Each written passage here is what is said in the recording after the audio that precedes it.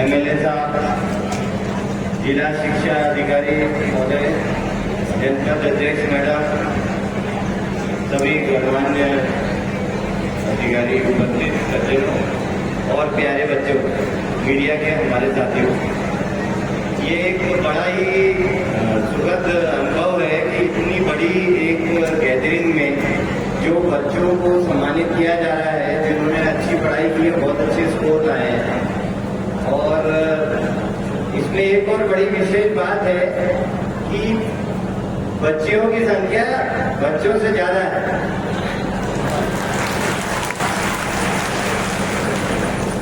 इसीलिए मैंने निवेदन किया था अपने डीएसपी थापा मैडम को कि आप भी आ जाएं, ताकि सभी बच्चों को भी ये ना लगे कि किसी भी तरह से बच्चों के लिए संभावनाएं कम है, बल्कि आज के समय जिस ध्येय से और सिंसियरिटी से बच्चियां पढ़ाई करती हैं और वो जो पढ़ाई में डिस्ट्रैक्शन आते हैं, इधर उधर जो कुछ घूमने की प्रवृत्ति इस उम्र में रहती है, उससे कम प्रभावित रहती है और फोकस वे में पढ़ाई कर पाती हैं, जिसके रिजल्ट ये है कि उनकी संख्या थोड़ी सी बच्चों से ज्यादा आती है।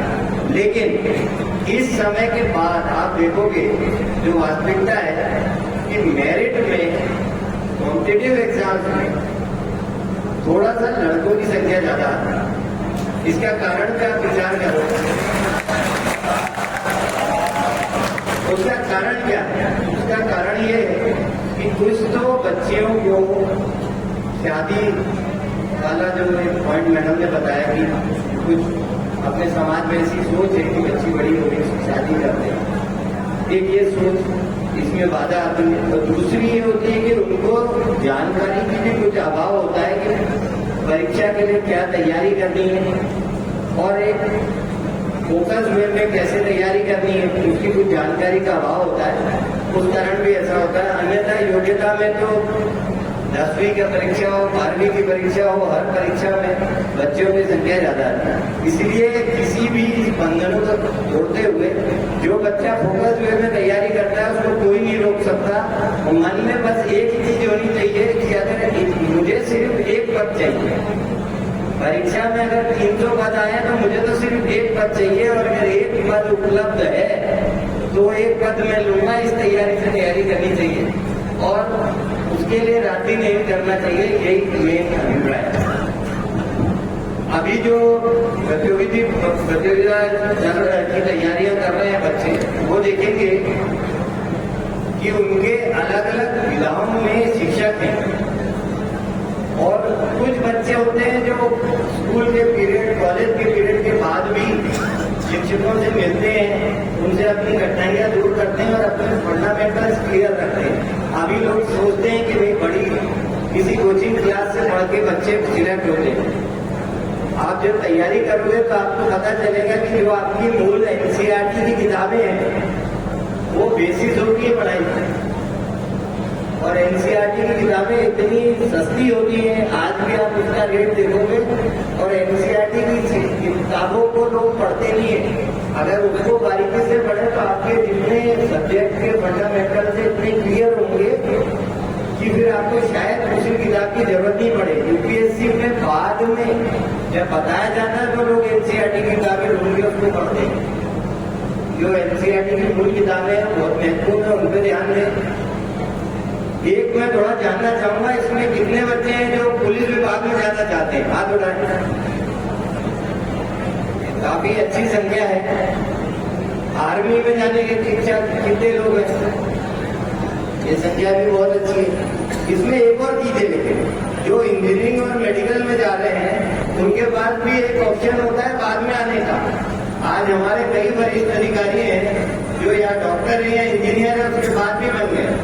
तो अगर आपकी क्वालिफिकेशन इस तरह की है कि आप मैथ, साइंस या फिर बायोलॉजी उस फील्ड के भी मास्टरी रखते हैं, तो आप ये भी विचार कर सकते हैं कि आप डॉक्टर, इंजीनियर बनने के बाद भी आईएएस, आईपीएस या किसी भी ऑल इंडिया सर्विस में जा सकते हैं। इसीलिए ये धारणा न बनाए कि ये सब्जेक्ट लेकर के कठिन होगा। आप किस सब्जेक्ट में मेहनत कर पा रहे हो, वो आपका एप्टीट्यूड क्या है वो। दूसरा मेरा कहना है सिर्फ यही विधाएं नहीं, इसके अतिरिक्त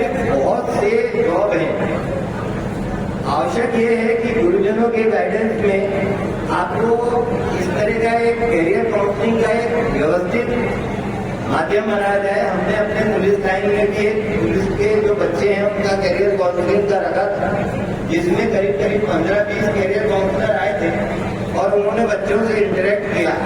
तो एक ये आपका पीरियड बहुत क्रिटिकल है, इसको कृपया वेस्ट न करें, क्योंकि अब आप इसके बाद आपको मैक्सिमम बच्चे तो 12वीं के हैं, मैं तो समझता हूँ 12वीं के बच्चे हैं इसमें मैक्सिमम, तब तो 10th के ज्यादा बच्चे हैं, तो 2 साल अभी स्ट्रीम लेने के बाद लेगा ना।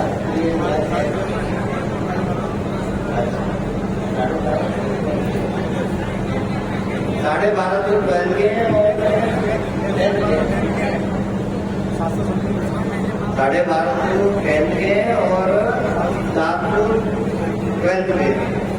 तो ज्यादा बच्चे ऐसे हैं जिनको अभी स्ट्रीम लेनी है। स्ट्रीम सिलेक्शन से पहले आप जो दूसरे बच्चे उस स्ट्रीम के उनसे मिले, उनसे समझें क्या आपको उसकी रुचि है। सब्जेक्ट में आपकी रुचि है तो वो सब्जेक्ट लें, इसलिए मत लें कि बड़े भाई ने लिया या फलाने ने लिया उसमें बहुत अच्छा किया। वो सब्जेक्ट अगर आपको रुचि है, अगर आपको गणित में रुचि है तो गणित में, अगर आपको गणित में रुचि नहीं है और आप उसी में लगे रहोगे तो हो सकता है आपको अनावश्यक समय आपका व्यस्त। इसमें पेरेंट्स का भी बड़ा रोल है, आप पीछे मत पड़े।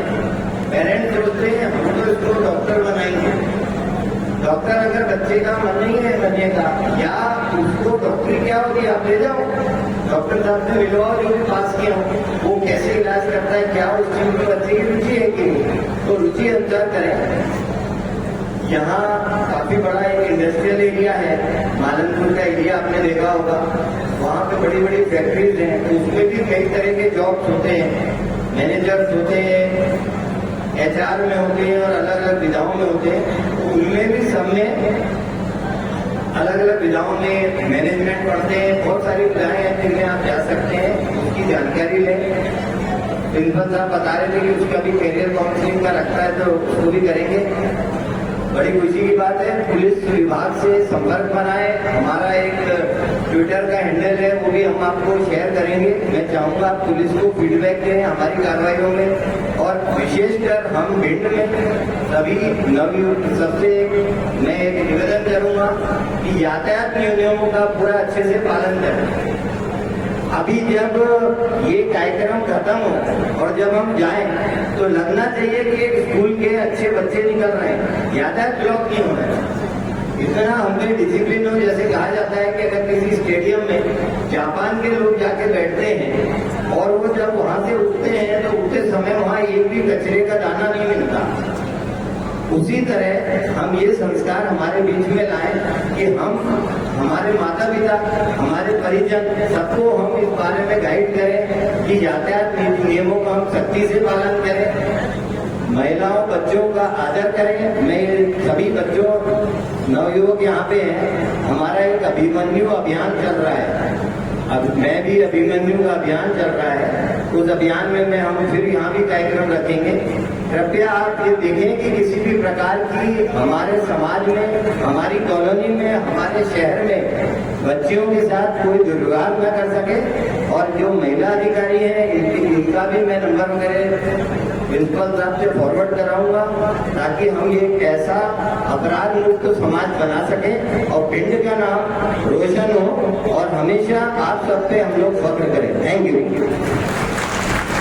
मोटिवेटेड रखने उसका एक सबसे अच्छा तरीका है कि अगर आप टीम के रूप में पढ़ सकें, और लोग ये सब लोगों के साथ नहीं होता, बहुत से लोग अकेला पढ़ लेते हैं और अकेले ही पूरी परीक्षा निकाल लेते हैं, पर ज्यादातर लोग पूरी टीम भावना में जब तैयारी करते हैं तो उसका बड़ा एक मुसीबत पहलू यही रहता है कि अगर किसी एक को कुछ संशय बन रहा है तो दूसरे लोग उसको मोटिवेट कर देंगे।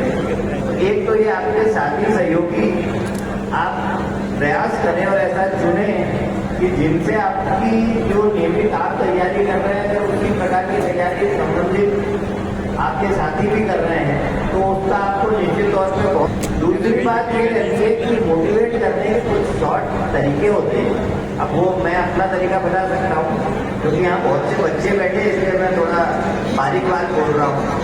मेरे साथ ये दिक्कत होती थी कि जब मैंने पढ़ा तो मुझे भी ऐसा लगता था कि नंबर मेरे बहुत अच्छे आए नहीं थे ग्रेजुएशन तक, और इनफैक्ट थोड़ा एक पास फेल का भी चक्कर हो गया था ग्रेजुएशन तक।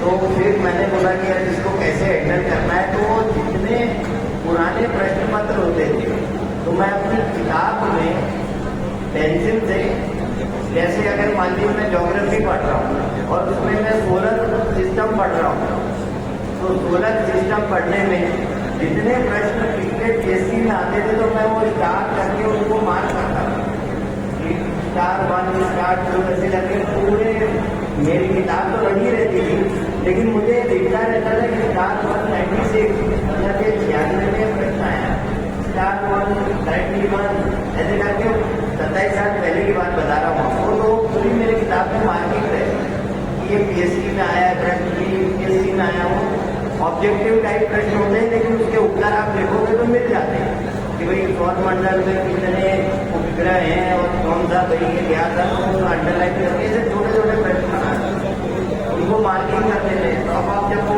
चैप्टर बाद में पढ़ोगे तो आपको ये प्रश्न लिखने से ये लगता है कि यार जैसे ही आसपास का कुछ आएगा तो एक दिमाग फोकस से लगा रहता है।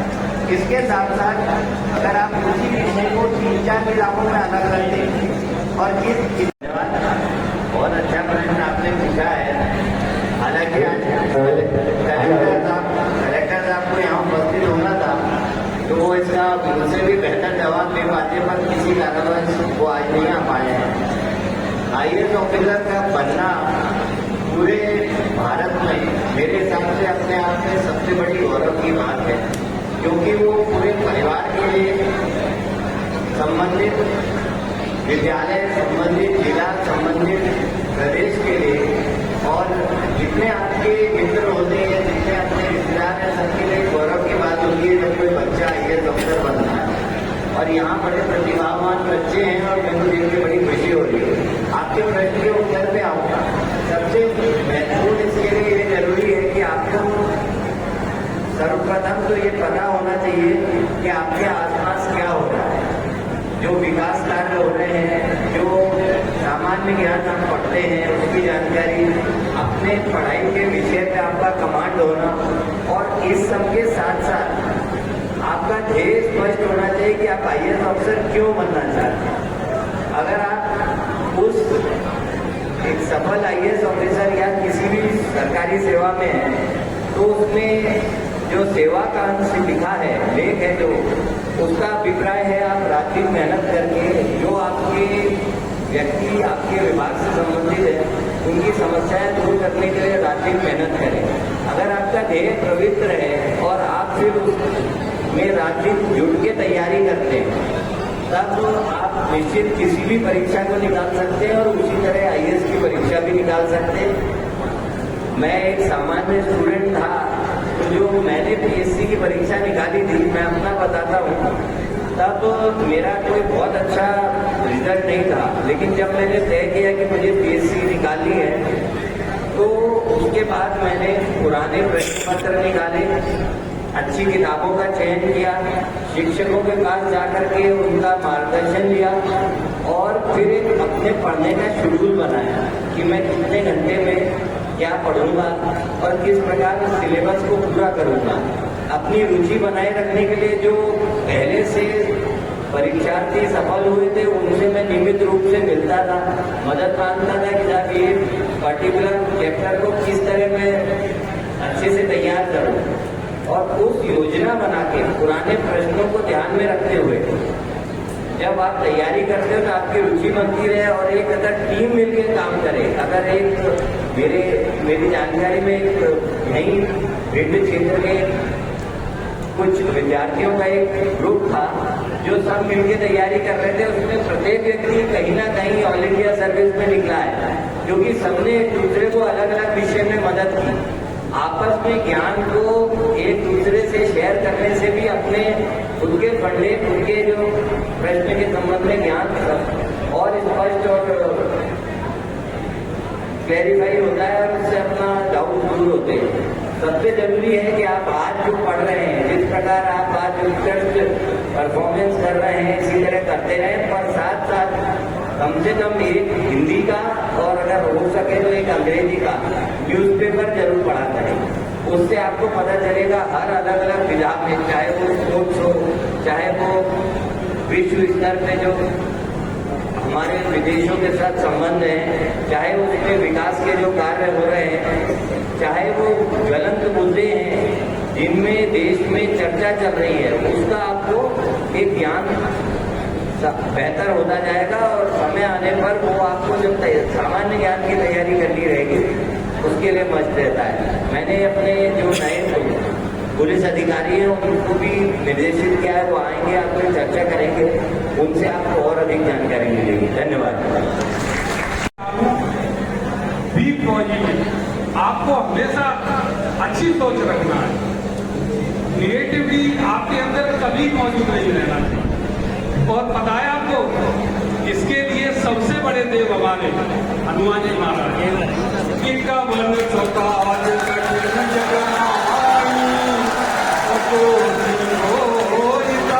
तुम पाई।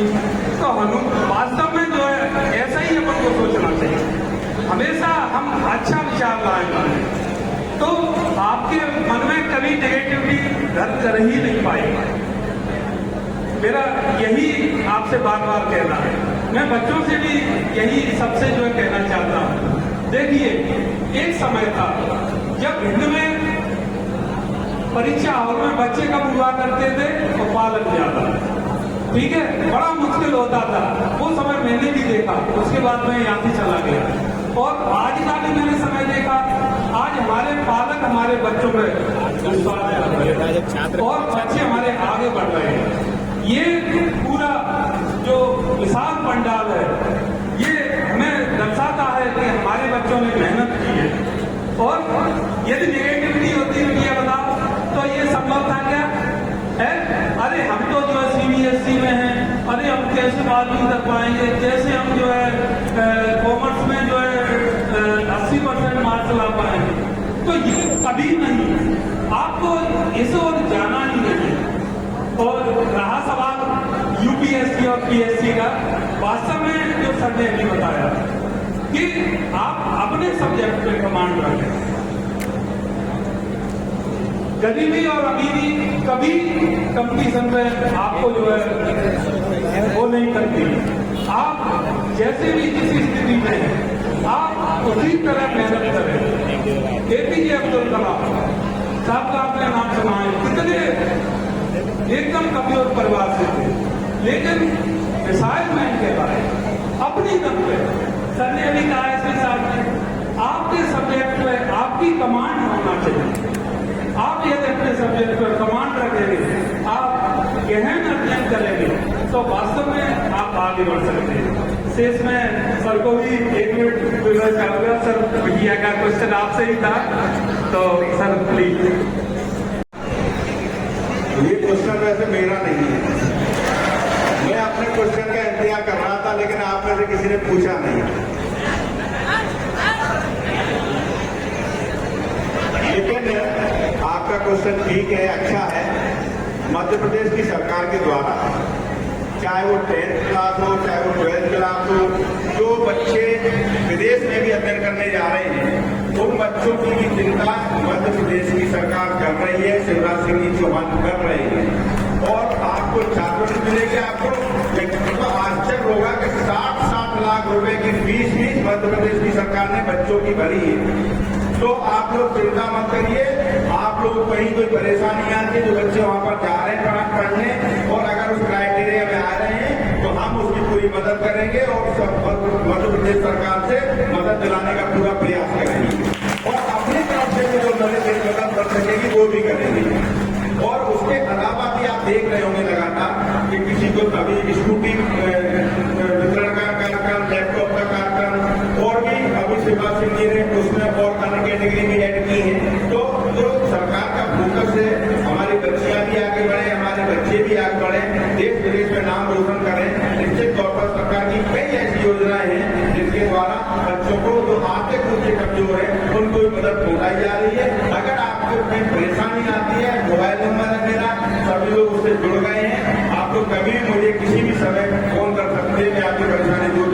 जो है बच्चों का। धन्यवाद विधायक। कारणों से गलत कदम भी उठाते हैं, तो आपके इस पर क्या विचार है? आप उन विद्यार्थियों को क्या मार्गदर्शन देना चाहते हैं? Thank you. देखिए, ये बात बिल्कुल स्पष्ट है और इसमें किसी को कोई संदेह ही नहीं करना। परिषद में अध्यक्षता कर रहे हमारे पूर्व सांसद डॉक्टर राम लखन सिंह जी, हमारे जिलाध्यक्ष आदरणीय देवेंद्र सिंह नरवटिया जी, जनपद अध्यक्ष श्रीमती सरोज बघेल जी, और जिनके द्वारा ये कार्यक्रम संपन्न हो रहा है। और इस चंबल माटी के से आप सबके सुख दुख में शामिल होने वाले हमारे माननीय विधायक आदरणीय संजीव सिंह और संजू भैया आप सब लोग बुलाते हैं, जिनके द्वारा वास्तव में ये बहुत ही अच्छा कार्यक्रम किया गया है। ये इससे हमारे ये ही बच्चे नहीं, जो आने वाले बच्चे हैं, ये भी प्रोत्साहित होंगे कि हमें जो है प्रोत्साहन मिला। तो वास्तव में मेधावी छात्रों का प्रोत्साहन होना भी चाहिए। विभिन्न संगठन भी इस कार्य को कर रहे हैं। मुझे बहुत खुशी होती है कि हमारे छात्र जो है अच्छा प्रदर्शन कर रहे हैं। एक वो समय था, मैंने अभी बीच में आप लोगों से कहा था कि जब बहुत मुश्किल था परीक्षा संपन्न कराना, लेकिन हमारे जिला प्रशासन द्वारा, हमारे कलेक्टर साहब द्वारा, एसपी महोदय द्वारा, हमारे जनप्रतिनिधियों द्वारा, मतलब कभी ये किसी ने नॉट ए सिंगल मोबाइल कि सर वहाँ किसी शिक्षक की ड्यूटी लगा दो, सर वहाँ हमारे इस सीएस को लगा दो। मुझे बहुत खुशी है कि ये जो है नकल का जो हमारे ऊपर प्रयास था वो हटा। विधायक जी भी हमेशा इस मिशन में हम सबके साथ रहे। ये जो है वास्तव में उनका बहुत बड़ा ये मार्गदर्शन है हम सबके लिए।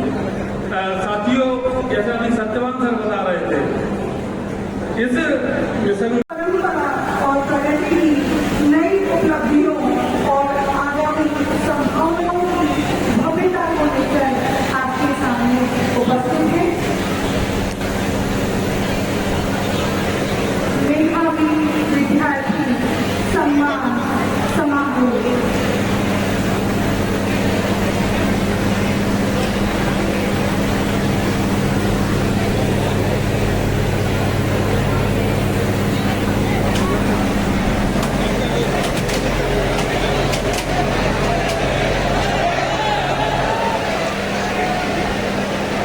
ये बच्चे तो नटखटे होते ही हैं, पर अपनी नटखटन को थोड़ा सा रोक लो और आप यहाँ पर जितने सीधे बने रहोगे उतना ही अच्छा लगेगा कि दिल्ली किसी की पावन तपोभूमि में अनुशासन में बनने वाले ये प्यारे छात्र छात्राएं यहाँ पर उपस्थित हैं। और छात्राएं तो वैसे ही बहुत इतने प्यारे तरीके से बैठी हुई। एक बार जोरदार तालियां बच्चों। और ये बालक कितने चुपचाप से बैठे हैं, आप आपके लिए तालियां।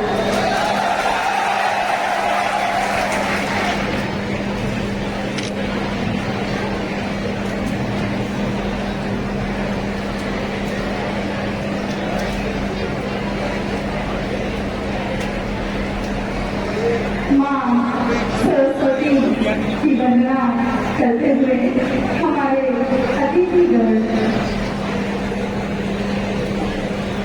ये विद्या की देवी ही है जो हमारे इन बच्चों को बहुत आगे ले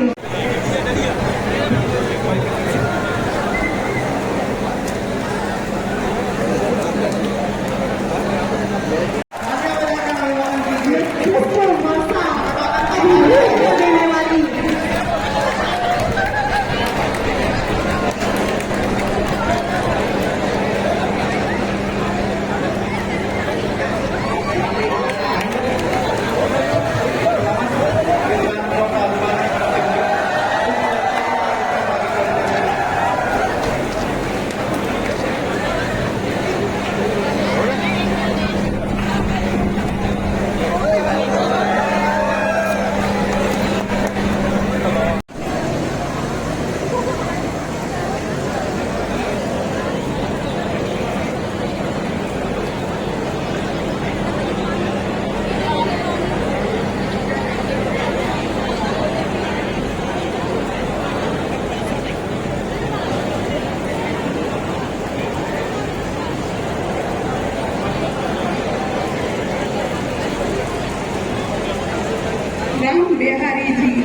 व्यासी महोदय को मैं मंच पर और छात्र छात्रा अलग अलग लाइन लगाएं।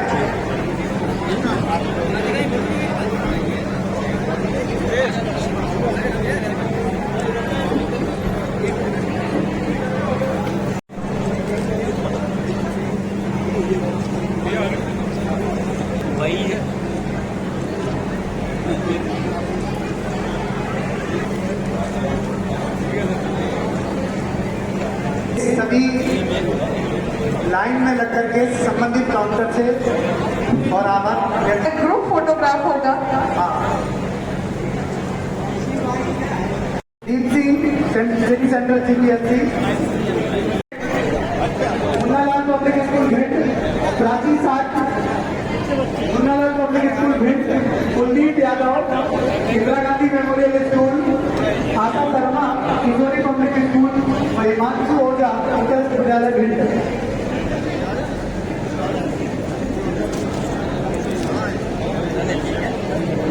प्रसाद सिंह, रमन सिंह यादव,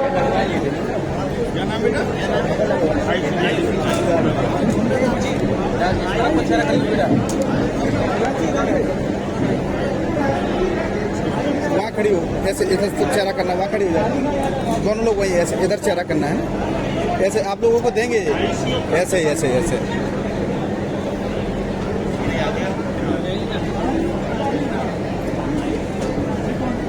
पीछे से दे दिया करो, पीछे से। आयुषी जैन, प्राची साठ, कुलदीप यादव, पीछे से दे दिया करो, पीछे से। हिमांशु ओझा, 12th क्लास के शिवम